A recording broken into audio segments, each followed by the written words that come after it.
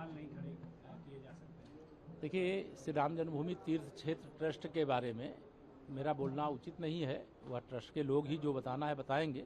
लेकिन यह बात मैं भी कह सकता हूं कि आदरणीय श्री चंपत राय जी के बारे में जो कुछ भी जो तमाम हिंदू विरोधी, श्री राम जन्मभूमि मंदिर निर्माण विरोधी कुछ वक्तव्य देते हैं, उनको उनके बारे में कुछ भी नहीं मालूम है, इसलिए इस प्रकार की बात बोलते हैं। कल सर निशिकांत दुबे जी ने टीनू यादव और अखिलेश यादव को लेकर एक ट्वीट किया था। उस पर अखिलेश यादव जी ने उन्हें सार्वजनिक तौर से चेतावनी दी थी और आज तहरीर भी दी गई समाजवादी पार्टी को। चल देने दीजिए, उससे क्या होता है, कानूनी प्रक्रिया है, करेंगे।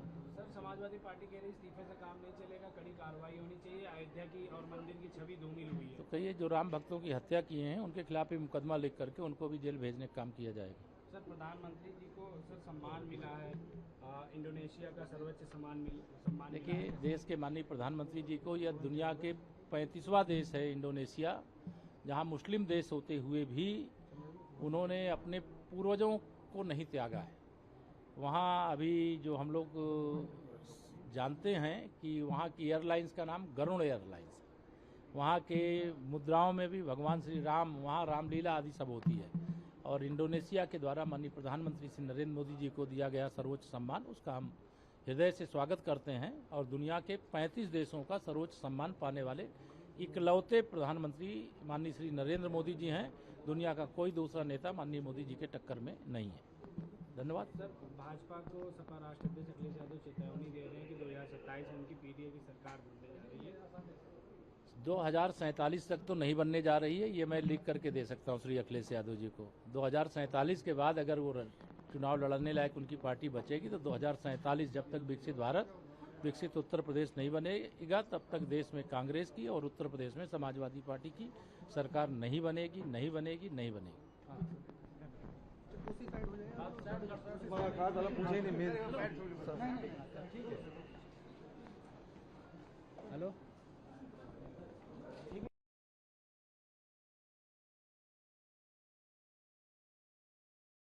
ईमानदारी पे कोई सवाल नहीं खड़े किए जा सकते? देखिए, श्री राम जन्मभूमि तीर्थ क्षेत्र ट्रस्ट के बारे में मेरा बोलना उचित नहीं है। वह ट्रस्ट के लोग ही जो बताना है बताएंगे।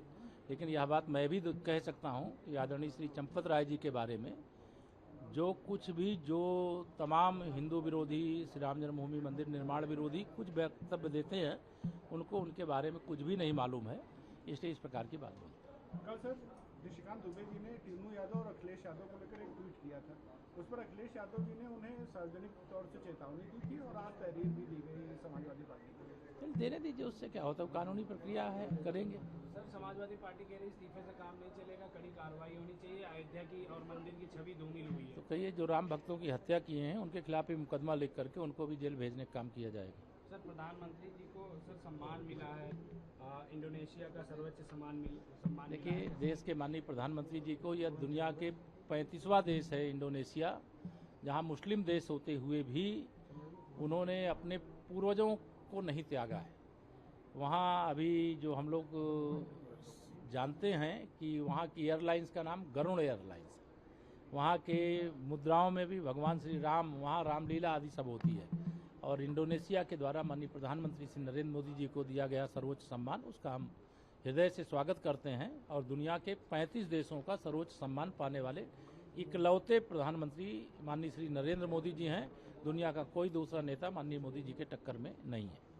धन्यवाद। सर, भाजपा को सपा राष्ट्रीय अध्यक्ष अखिलेश यादव चेतावनी दे रहे हैं कि 2027 में उनकी पीडीए की सरकार बनने जा रही है। 2047 तक तो नहीं बनने जा रही है, ये मैं लिख करके दे सकता हूँ श्री अखिलेश यादव जी को। 2047 के बाद अगर वो चुनाव लड़ने लायक उनकी पार्टी बचेगी तो 2047 जब तक विकसित भारत, विकसित उत्तर प्रदेश नहीं बनेगा, तब तक देश में कांग्रेस की और उत्तर प्रदेश में समाजवादी पार्टी की सरकार नहीं बनेगी, नहीं बनेगी, नहीं बनेगी। उसी साइड हो जाएगा। मुलाकात वाला पूछे ही नहीं मेरे।